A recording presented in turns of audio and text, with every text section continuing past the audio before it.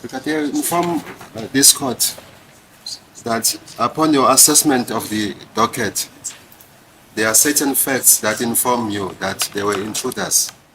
Is that correct? That is correct, my lord. From the record of the 17th of October, 2014, you mentioned about 4 factors that inform you that they were intruders. The date. The record of the 17th of October, 2024. Yes, I'm listening, my lord. It reads as follows. The record of the 17th of October, 2024.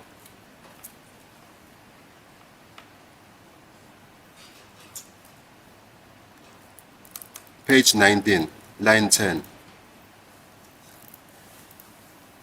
Mr. Kinenda, that is you, Brigadier. You were responding to a question by my learned colleague, Advocate Baloyi. So one of the things that I looked at, my lord, obviously, when I looked at the docket was to establish that according to the preliminary statement which the defense has, there was a report that one of the cell phones belonging to Ms. Kelly Khumalo was robbed. That was one of the allegations that was said there, close quotation. Do you confirm the record, Brigadier? Yes, I do confirm, my lord. This phone has been termed as a runaway phone. Do you confirm, because it took the direction to the hostel, that is Basutweni hostel? That is correct, my lord. It's the S4. My recollection is the S4 Samsung cell phone, my lord. To whom did this cell phone belong, Brigadier? To Ms. Kelly Khumalo, the affidavit is there, my lord. If you look at the statements, Zandi says that, Zandi's mother says that, it's contained in the statements of the people who are inside the house, my lord, particularly the 2 names that I've referred to. And it is also contained in the statements of the police officers who applied for Section 205 when they indicate which phone belongs to who. In terms of the numbers, my lord. Is it correct, Brigadier, that the last activity in this cell phone was on the 26th of October, 2014 at 2100 hours, 53 minutes, 44 seconds, and the tower was 3G Moleleki WTSGS? I do recall Moleleki Tower, my lord, and the time that Advocate Khumalo is telling me, my lord.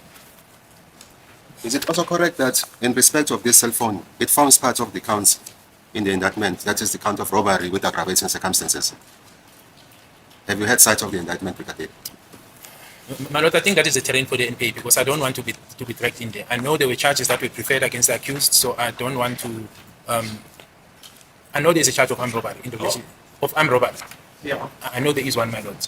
But I was not involved in the drafting of the charges. That is a terrain of the NPA, my lord. What are you saying, Brigadier? You're saying that you haven't had sight of the indictment. You haven't read the indictment to see what is contained. No, but my lord, I said I know there is a charge of armed robbery. I just said it now, my lord. Just for completeness, Brigadier, of these questions, count 3 is it reference to the count of robbery with aggravating circumstances, and it reads as follows. In that upon or about the 26th of October 2014 and at or near Fostoras in the district of Boksburg, the accused did unlawful intentional assault Ms. Kelly Khumalo and Gladness Khumalo and did with force and violence take a Samsung S4 cell phone, the property or in lawful possession of Ms. Kelly Khumalo and or Gladness Khumalo, and did rob her of the same, aggravating circumstances being present in that the accused made use of a firearm. So the final answer, Brigadier, to the questions that I've asked you earlier, you are saying that this phone, the S4 cell phone, Samsung S4, belonged to Ms. Kelly Khumalo? Yes, that's what the statement says, my lord. Not Gladness Khumalo? No, my lord, the court will recall, I've said it is contained in the statement of Gladness Khumalo and Zandi Khumalo, because that's where you hear them referring to the S4 Samsung cell phone. I've said this, my lord, before this was read to me. Brigadier, what is the status of Kelly Khumalo, Ms. Kelly Khumalo? Is he a suspect or the complainant, witness in this case? What is her status? My lord, she's a person of interest. That's how I can label it. I mean, person of interest, I mean, we went through this exercise, my lord. I've applied for the warrant of arrest for her based on the evidence that was before me. We dealt with this portion. So you will not apply for the warrant of arrest if a person is not a suspect in a matter. And so I'm not sure. She's not an accused before court. That's what I can say, my lord. Currently, she's not an accused before court, and that's how I can answer it. So, she's not the complainant.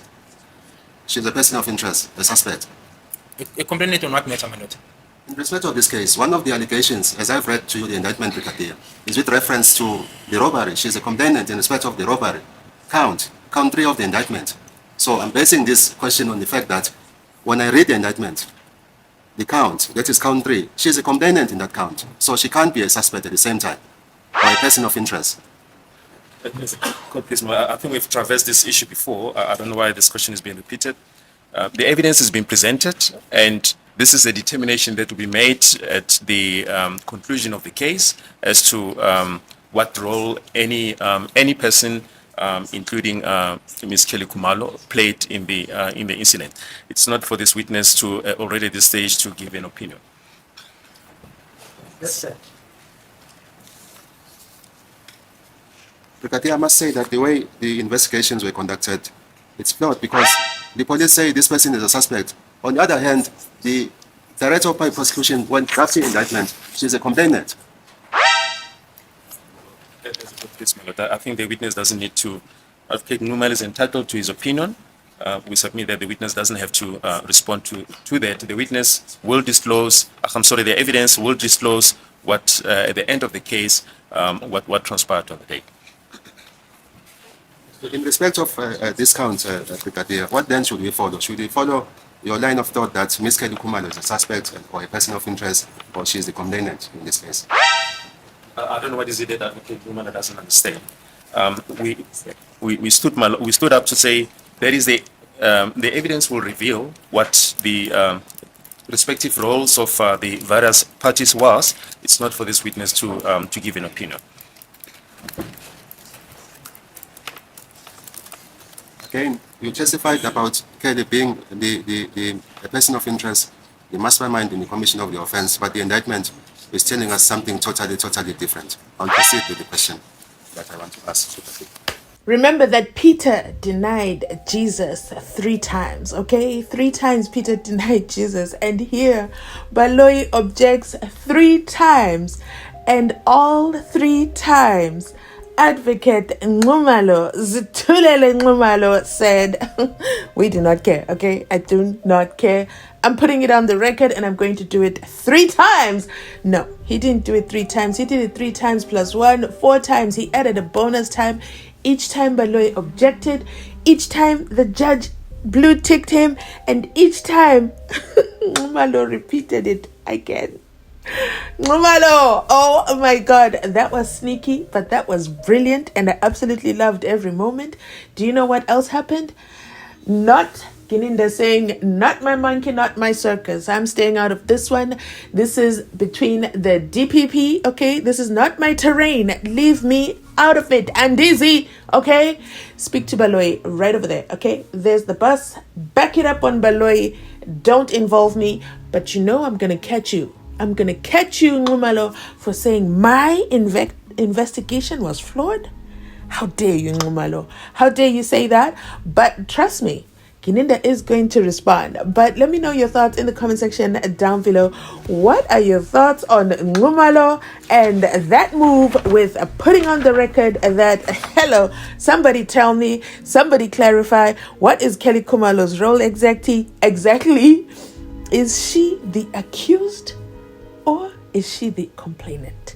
Because how can you be out here applying for J50s for somebody who is on the indictment as a victim? Huh?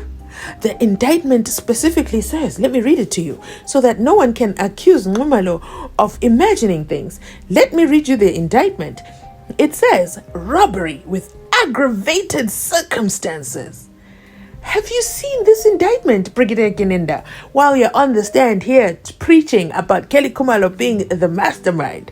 Oh, that was a low jab. That was definitely a low jab. And I cannot believe Gininda. He simply says, I think that's for the NPA, okay? That's for the NPA. And Dizzy, leave me out of it. I don't want to be dragged in there. Why would Gininda say that? Gininda's a big boy, okay? He can stand for himself. But why would he say, I don't want to be dragged in there? That has got nothing to do with me. This is the battle of the runaway phone, okay? 26th of October 2014. It was last used and never to be used again. on the 26th of October 2014 at 21:53 and 44 seconds. This is after Senzo Meyiwa had passed away, and it is seen at the 3G tower, the Mololeki Tower.